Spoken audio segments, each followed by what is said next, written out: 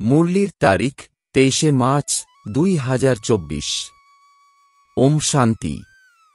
মধুবন থেকে বাপদাদা বলছেন, মিষ্টি বাচ্চারা যেমন বাবা আর দাদা দুজনেই নিরহংকারী, নিষ্কাম সেবা করেন, নিজের কোনো লোভ নেই। বাচ্চারা, তোমরাও এমনই বাবার সমান হও। প্রশ্ন: দীননাথ অর্থাৎ গরিব নিবাজ বাবা গরিব বাচ্চাদের ভাগ্য কিসের আধারে উচ্চ বানান? উত্তর: বাবা বলেন, বাচ্চারা, ঘরে থেকে সবকিছু সামলাও, সাথে সাথে সর্বদা বুদ্ধিতে এটাই রেখো যে এই সবকিছুই বাবার। ট্রাস্টি হয়ে থাকো, তবেই ভাগ্য উঁচু হবে। এতে অনেক সততা চাই। সম্পূর্ণ নিশ্চয় অর্থাৎ দৃঢ় বিশ্বাস থাকলে তবেই যজ্ঞের থেকে পালনা হতে থাকবে। ঘরেও ট্রাস্টি হয়ে শিব বাবার ভাণ্ডারা থেকেই খাই। বাবাকে সব সত্য বলতে হবে। ওম শান্তি। ভক্তিমার্গের সৎসঙ্গের থেকে এই জ্ঞানমার্গের সৎসঙ্গ বিচিত্র। তোমাদের ভক্তির অনুভক্ত রয়েছে। জানো যে অনেক সাধুসন্ত রয়েছে যারা ভক্তিমার্গের শাস্ত্র ইত্যাদি শোনায়। এখানে তো সম্পূর্ণ এর থেকে আলাদা। এখানে তোমরা কার সামনে বসে রয়েছ? ডবল বাবা আর মা। ওখানে তো এমন হয় না। তোমরা জানো এখানে তো অসীম জগতের পিতাও রয়েছেন, মাম্মাও রয়েছেন, ছোট মাম্মাও রয়েছেন। এত সব সম্বন্ধ হয়ে যায়। ওখানে তো এমন কোনো সম্বন্ধ নেই। বাবা, মাম্মা এনারা কারো ফলোয়ার্সও অর্থাৎ শিষ্য নন। ওটা হলো নিবৃত্তিমার্গ। ওদের ধর্মই আলাদা। তোমাদের ধর্ম আলাদা। রাত দিনের প্রভেদ। এটাও তোমরা জানো যে লৌকিক পিতার কাছ থেকে এক জন্মের জন্য অল্পকালের ক্ষণভঙ্গুর সুখ পাওয়া যায়। আবার পরজন্মে নতুন পিতা, নতুন বিষয়। এখানে তো লৌকিকও রয়েছেন, পারলৌকিকও রয়েছেন, আবার অলৌকিকও রয়েছেন। লৌকিকের কাছ থেকেও উত্তরাধিকার সূত্রে সম্পদ পাওয়া যায়, আর পারলৌকিকের কাছ থেকেও উত্তরাধিকার সূত্রে অবিনাশী সম্পদ পাওয়া যায়। বাকি এই অলৌকিক পিতা হলেন ওয়ান্ডারফুল, এনার থেকে কোনো উত্তরাধিকারের আশীর্বাদ পাওয়া যায় না। হ্যাঁ, এনার দ্বারা শিব বাবা অবিনাশী সম্পদ দেন, তাই সেই পারলৌকিক পিতাকে অনেক স্মরণ করা হয়। লৌকিককেও স্মরণ করে, কিন্তু এই অলৌকিক ব্রহ্মা বাবাকে কেউ স্মরণ করে না। তোমরা জানো যে ইনি হলেন প্রজাপিতা, ইনি কোনো একজনের পিতা নন। প্রজাপিতা গ্রেট গ্রেট গ্র্যান্ডফাদার। শিব বাবাকে গ্রেট গ্রেট গ্র্যান্ডফাদার বলা হয় না। লৌকিক সম্বন্ধে লৌকিক ফাদার আর গ্র্যান্ডফাদার অর্থাৎ পিতামহ হয়। ইনি অর্থাৎ ব্রহ্মা বাবা হলেন গ্রেট গ্রেট গ্র্যান্ডফাদার। এমন না লৌকিককে, না পারলৌকিককে বলা হবে। গ্রেট গ্রেট গ্র্যান্ডফাদারের থেকে অবিনাশী উত্তরাধিকার পাওয়া যায় না। এইসব কথা বাবা বসে বোঝান। ভক্তিমার্গের তো কথাই আলাদা। ড্রামায় সেই পার্টও রয়েছে যা পুনরায় চলতে থাকবে। বাবা বলে দেন যে তোমরা কিভাবে 84 জন্ম নিয়েছ, 84 লক্ষ নয়। বাবা এসে এখন সমগ্র দুনিয়া আর আমাদেরকে রাইটিয়াস অর্থাৎ নিষ্কলুষ বানান। এই সময় কেউ ধর্মাত্মা হতে পারে না।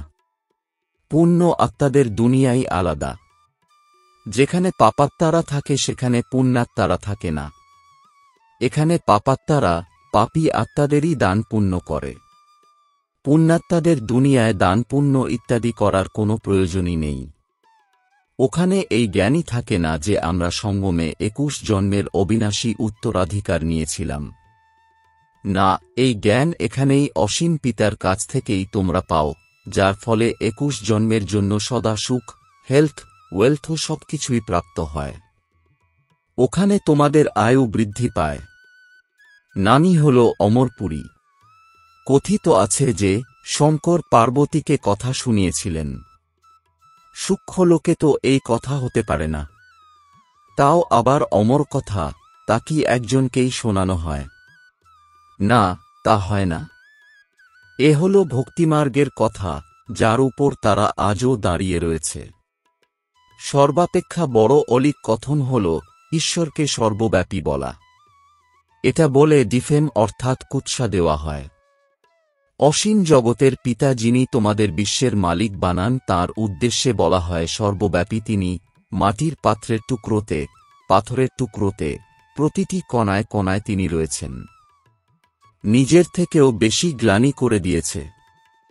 আমি তোমাদের কত নিষ্কাম সেবা করি, আমার কোনো লোভ নেই যে প্রথম স্থানাধিকারী হব। না, অন্যদেরকে তৈরি করার ইচ্ছাই থাকে। একেই বলা হয় নিষ্কাম সেবা। বাচ্চারা, বাবা তোমাদের নমস্কার করেন। বাবা নিরাকার, কত নিরহংকারী, কোনো অহংকার নেই। পোশাক ইত্যাদিও সেইরকম। কিছুই পরিবর্তন হয়নি। না হলে তারা তো তাদের পোশাকই বদল করে ফেলে। এনার পোশাক সেইরকমই সাধারণ। অফিসারদের ড্রেসও বদল হয়, এনার তো সেই সাধারণ একই পোশাক।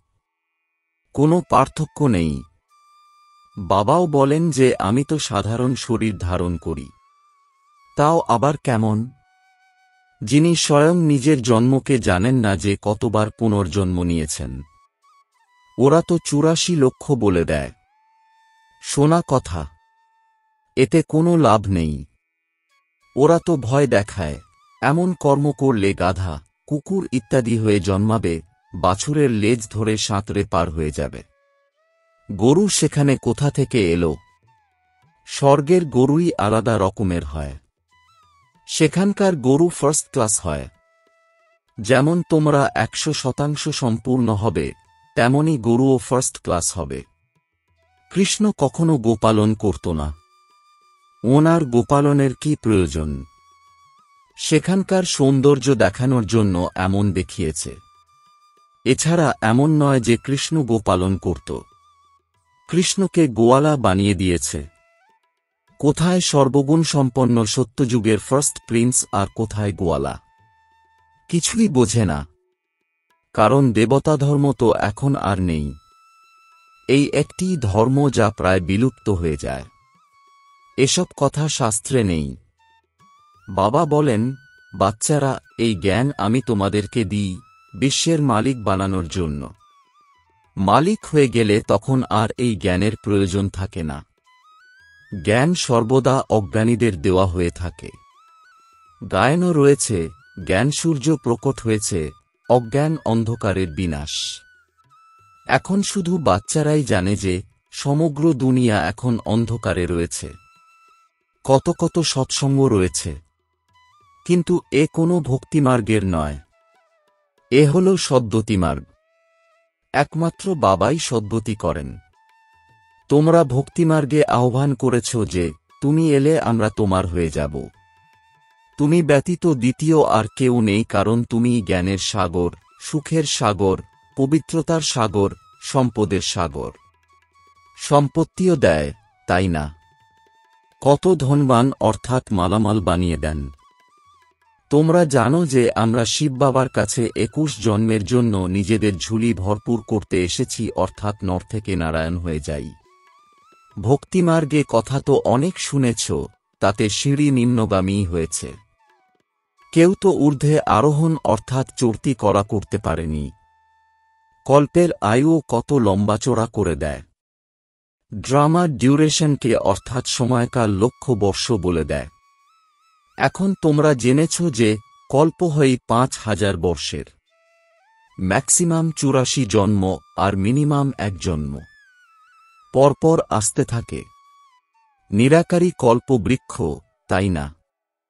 নম্বরের ক্রমানুসারেই পুনরায় আসে পার্ট প্লে করতে। কিন্তু সঠিক তো এটাই যে আমরা আত্মারা হলাম নিরাকারী বৃক্ষের। সেখান থেকে আবার এখানে আসি পার্ট প্লে করতে। ওখানে সবাই পবিত্র থাকে, কিন্তু পার্ট সকলেরই আলাদা আলাদা। এ কথা বুদ্ধিতে রাখো। কল্পবৃক্ষকেও বুদ্ধিতে রাখো। সত্যযুগ থেকে কলিযুগের অন্ত পর্যন্ত কাহিনী বাবাই বলেন। একটা কোনো মানুষে বলে না, দাদাও বলে না। সদ্গুরু একজনই, যিনি সকলের সদ্গতি করেন। বাকি আর সবই ভক্তিমার্গের গুরু। কতই না কর্মকাণ্ড করে। ভক্তিমার্গের কত। এ হল মরীচিকা অর্থাৎ মৃগতৃষ্ণা। এতেই এমন আবদ্ধ হয়ে গেছে যে কেউ বের করে আনতে গেলে সে নিজেই সেখানে আটকে পড়ে। এও ড্রামায় ফিক্সড হয়ে রয়েছে, কোনো নতুন কথা নয়। তোমাদের এক একটি মুহূর্ত যে অতিবাহিত হয়ে যায় সে সব কিছুই ড্রামায় তৈরি হয়ে রয়েছে। তোমরা জানো যে এখন আমরা অসীম জগতের পিতার কাছ থেকে রাজযোগ শিখে নর থেকে নারায়ণ বিশ্বের মালিক হই। বাচ্চারা, তোমাদের তো নেশা থাকা উচিত। অসীম জগতের বাবা ৫,৫,০০০ বছর পরে এই ভারতেই আসেন। তিনি শান্তির সাগর, সুখের সাগর। এই মহিমা শুধুমাত্র পারলৌকিক পিতারই। তোমরা জানো এই মহিমা সম্পূর্ণ সঠিক। সবকিছুই একজনের থেকেই পাওয়া যায়। তিনিই দুঃখহরণকারী, সুখ প্রদানকারী, যার সম্মুখে তোমরা এখন বসে রয়েছ। তোমরা নিজেদের সেন্টারে বসে থাকলেও যোগ কোথায় লাগাবে? বুদ্ধিতে আসবে যে শিব বাবা মধুবনে রয়েছেন।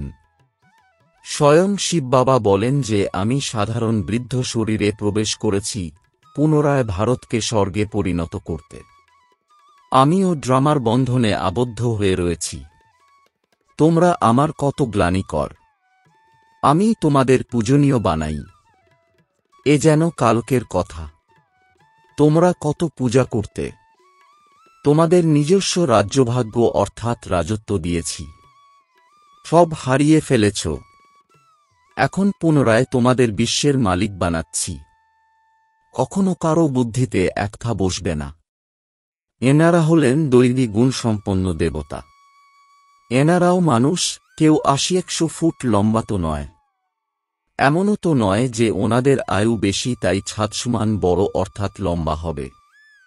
কলিযুগে তোমাদের আয়ু কম হয়ে যায়। বাবা এসে তোমাদের আয়ু বৃদ্ধি করে দেয়।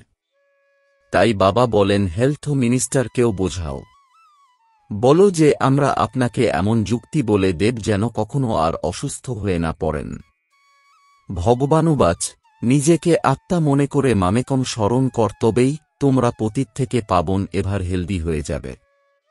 আমরা গ্যারান্টি করছি। যোগীরা পবিত্র হয় তাই তাঁদের আয়ুও বেশি হয়।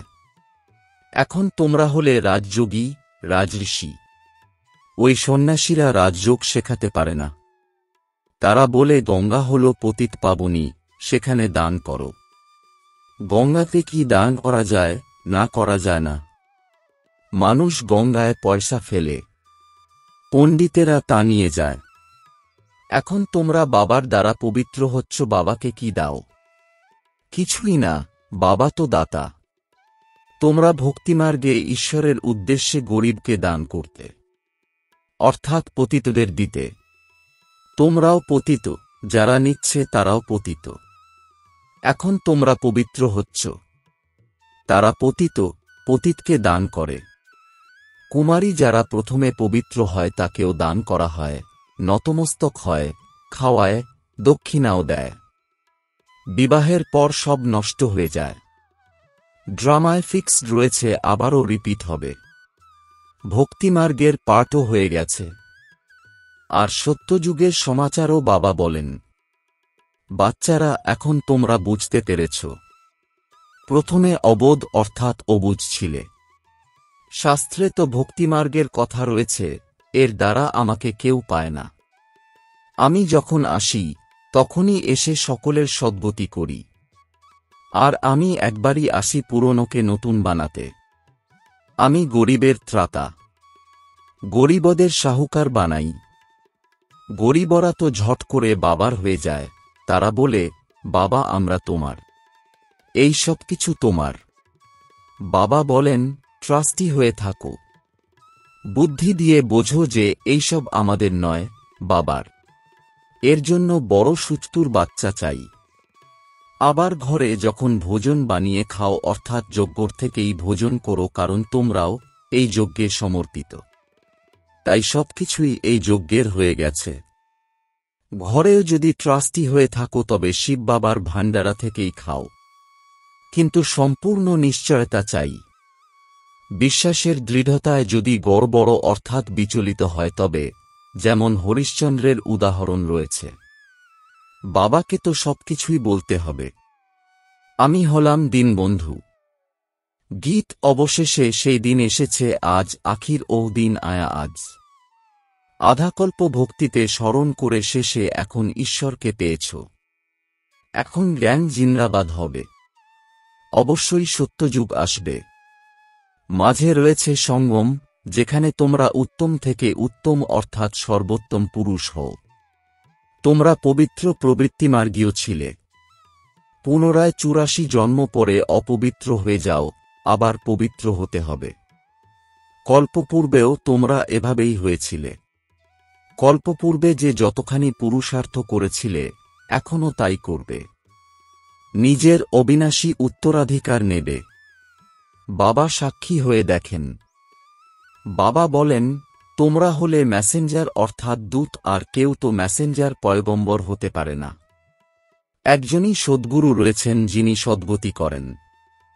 অন্য ধর্মনেতারা আসে ধর্মের স্থাপনা করতে। তাহলে গুরু হল কিভাবে? আমি তো সকলকে সদ্গতি প্রদান করি। আচ্ছা, মিষ্টি মিষ্টি প্রশিক্ষার্থী বাচ্চাদের মাতাপিতা বাপদাদার স্মরণসহ স্নেহসুমন আর সুপ্রভাত। আত্মিক পিতার আত্মিক বাচ্চাদেরকে জানাচ্ছি নমস্কার। ধারণার জন্যে মুখ্য সার: ১. সদা এই নেশাতে থাকতে হবে যে শান্তি, সুখ, সম্পত্তির সাগর বাবাকে আমরা পেয়েছি, আমরা সবকিছু একজনের থেকেই পাই। এখন বাবার সম্মুখে আমরা বসে রয়েছি। তিনি আমাদের পড়াচ্ছেন। ২. নিজের অহংকার ছেড়ে বাবার সমান নিষ্কাম সেবা করতে হবে। নিরহংকারী হয়ে থাকতে হবে। মেসেঞ্জার পয়গম্বর অর্থাৎ দূত হয়ে সকলকে পয়গাম অর্থাৎ ঈশ্বরীয় বার্তা দিতে হবে। বরদান: সকল পদার্থগুলির আসক্তির থেকে পৃথক হয়ে অনাসক্ত প্রকৃতিজীব ভব। এর বিস্তার: যদি কোনো পদার্থ কর্মেন্দ্রিয়গুলিকে বিচলিত করে অর্থাৎ আসক্তির ভাব উৎপন্ন হয়, তাহলেও ডিট্যাচ হতে পারবে না। ইচ্ছাই হল আসক্তির রূপ। কেউ বলে ইচ্ছা নেই, কিন্তু ভালো লাগে, তো এটাও হল সূক্ষ্ম আসক্তি। এগুলিকে সূক্ষ্মরূপে চেকিং করো যে এই পদার্থ অর্থাৎ অল্পকালে সুখের সাধন আকর্ষণ তো করে না। এই পদার্থ হল প্রকৃতির সাধন। যখন এর থেকে অনাসক্ত অর্থাৎ ডিট্যাচ হতে পারবে তখন প্রকৃতি জিত হবে। স্লোগান: আমার এর ঝামেলাকে ছেড়ে অসীম জগতে থাকো, তবেই বলা হবে বিশ্ব কল্যাণকারী। ওম শান্তি।